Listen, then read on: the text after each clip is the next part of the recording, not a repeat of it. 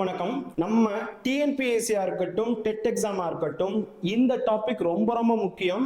Professor அகாடமிக்கு வருகை தந்திருக்கக்கூடிய மாணவர்கள் எல்லாத்துக்கும் வணக்கம். ஸோ இது வரைக்கும் சப்ஸ்கிரைப் பண்ணாதவங்க சப்ஸ்கிரைப் பண்ணிட்டு இந்த வீடியோவை ஃபுல்லாக பாருங்க.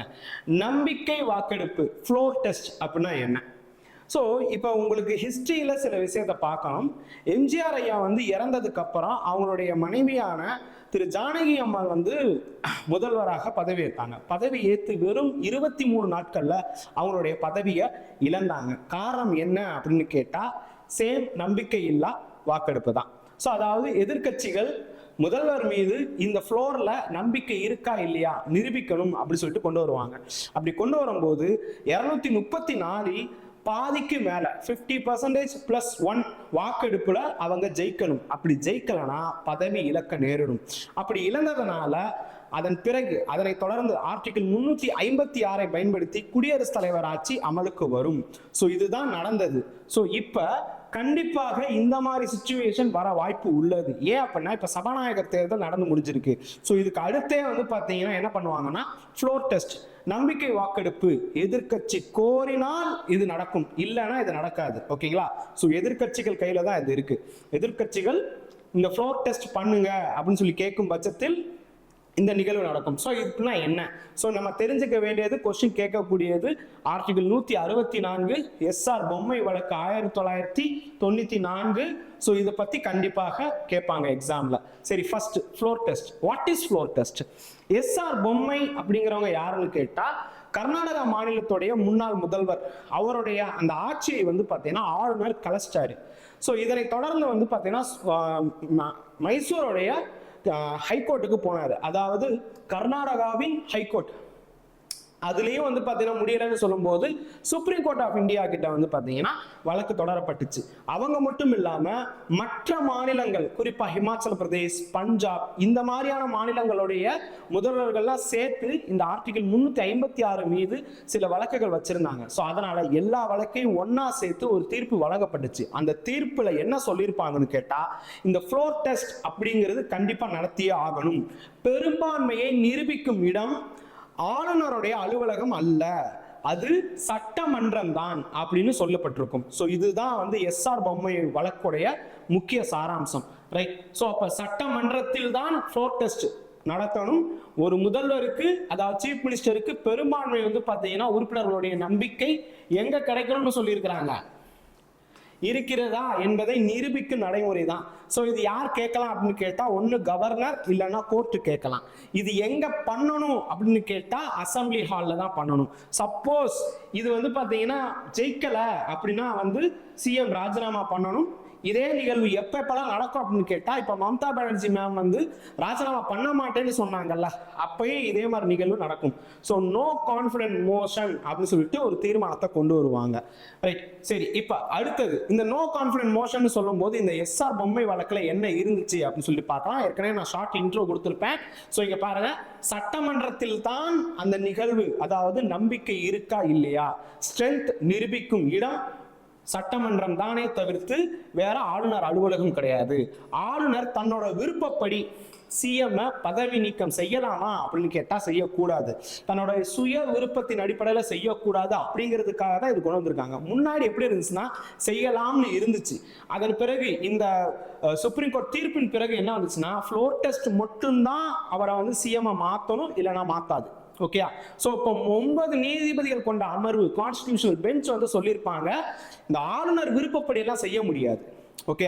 ஆனா கான்ஸ்டிடியூஷன்ல ஒரு வார்த்தை கொடுத்திருப்பாங்க, ஒரு முதல்வர் எப்போ வரைக்கும் முதல்வராக இருக்கலாம் அப்படின்னு கேட்டா ஆளுநரின் நம்பிக்கைப்படி, அதாவது பிளஷர் ஆஃப் த கவர்னர் அப்படிங்கிற ஒரு வார்த்தை இடம்பெற்றிருக்கும்.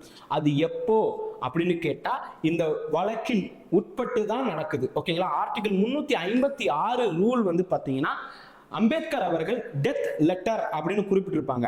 ஸோ இது எப்ப கொண்டு வரலாம்னு கேட்டா அரிதிலும் அரிதாக, அதாவது எடுத்த உடனே இந்த இது கொண்டு வரக்கூடாது. குடியரசுத் தலைவர் ஆட்சி எப்ப கொண்டு வரலாம்னு கேட்டா, ஒரு மாநிலத்துல கான்ஸ்டிடியூஷன் படி இந்திய அரசியல் அமைப்பின் பால் ஆட்சி அமைக்க இயலவில்லை, முடியவில்லை என்னும் பட்சத்தில் இறுதியாகத்தான் கொண்டு வரணுமே தவிர்த்து எப்படியாவது ஒரு அரச உள்ள வைக்க முயற்சி பண்ணணும் அப்படின்னு சொல்லியிருப்பாங்க. ஸோ அப்ப இங்க பாருங்க, பாயிண்ட் நம்பர் 1, சிஎம் தேர்தலில் தோற்றாலும் கட்சிக்கு பெரும்பான்மை இல்லை அப்படின்னு ஒரு நிலைமை வருது. ஆட்சியில் இருக்கும் கட்சிக்கு தேர்தலில் பெரும்பான்மை இல்லாமல் போனால் ஃப்ளோர் டெஸ்ட் கட்டாயம். இதுக்கு 2026 மேற்கு வங்காளம் ஒரு உதாரணம். நோ கான்ஃபிடன்ட் மோஷன், நம்பிக்கை இல்லா தீர்மானம் அப்படிங்கிறது என்ன அப்படின்னு கேட்டா, ஒரு அவையில வந்து பாத்தீங்கன்னா 234 உறுப்பினர்கள் நம்மளுடைய சட்டமன்றத்தில் இருக்கிறாங்க. அதில் 118 வாங்கியிருக்கணும்.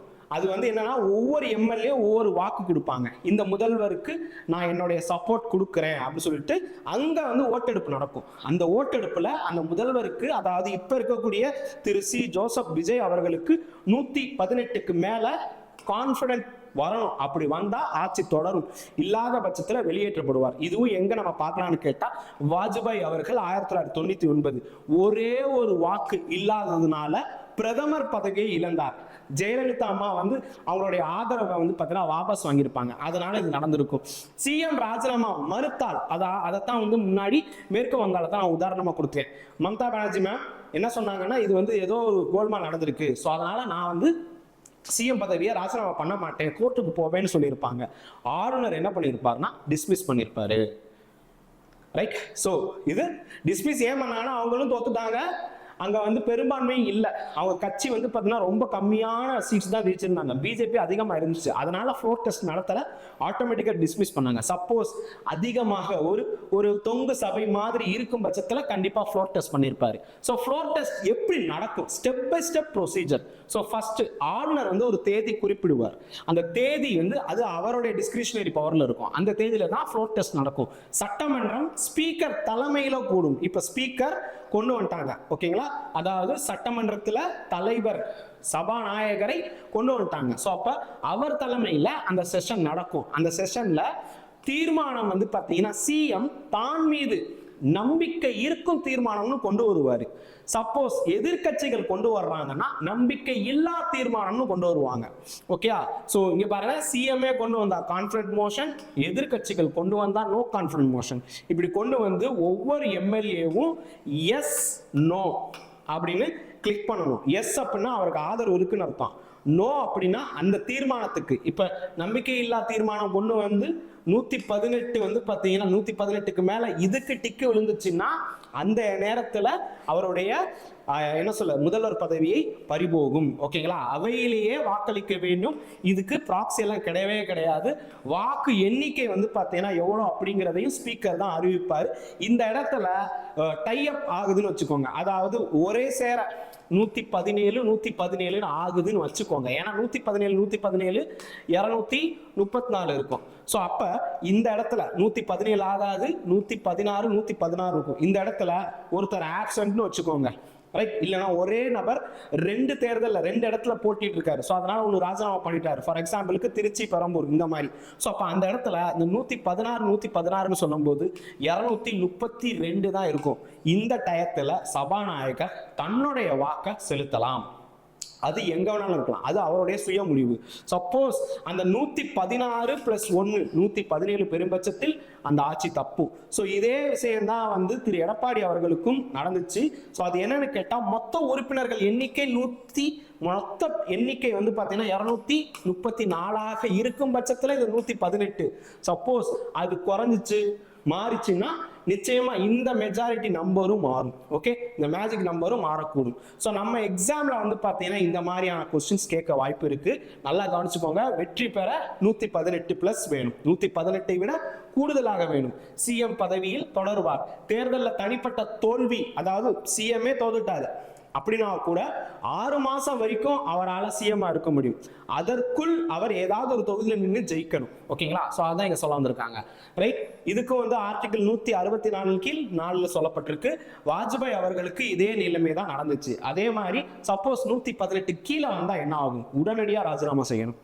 வேற எந்த ஆப்ஷனுமே கிடையாது. உடனடியா ராஜினாமா செய்ய மறுத்தால் கண்டிப்பா பதவி நீக்கம் செய்யப்படுவார். அதன் பிறகு வேற எந்த கட்சியும் பெரும்பான்மை இல்ல, இந்த 118 பக்கத்துல எந்த கட்சிக்கும் நம்பர்ஸ் இல்லாத பட்சத்துல பிரசிடென்ட் ரூல் அமல்படுத்தப்படும்.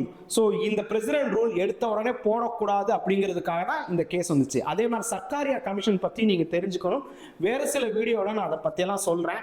ஸோ ரொம்ப முக்கியமானது இந்த நம்பர்ஸ் எல்லாம் ஞாபகத்தில் வச்சுக்கோங்க, கண்டிப்பாக கொஸ்டின் கேட்பாங்க. ஸோ வேற ஏதாவது தகவல் உங்களுக்கு வந்து வேணும், எக்ஸாமில் இப்படிலாம் கொஸ்டின் கேட்பாங்க அப்படின்னு நான் கொடுத்துருக்கேன். வேற ஏதாவது தகவல் வேணும்னாலும் கமெண்ட் பண்ணுங்க. நிச்சயமாக அடுத்தடுத்த வீடியோவில் இந்த மாதிரி பாலிட்டி சம்மந்தப்பட்ட கரண்ட் ரிலேட்டடாக வந்து பார்த்தீங்கன்னா உங்களுக்கு வீடியோஸ் கொடுக்குறேன். அதற்கு நம்மளுடைய சேனலை சப்ஸ்கிரைப் செய்து கொள்ளுங்கள். Thank you so much. Jai Hind.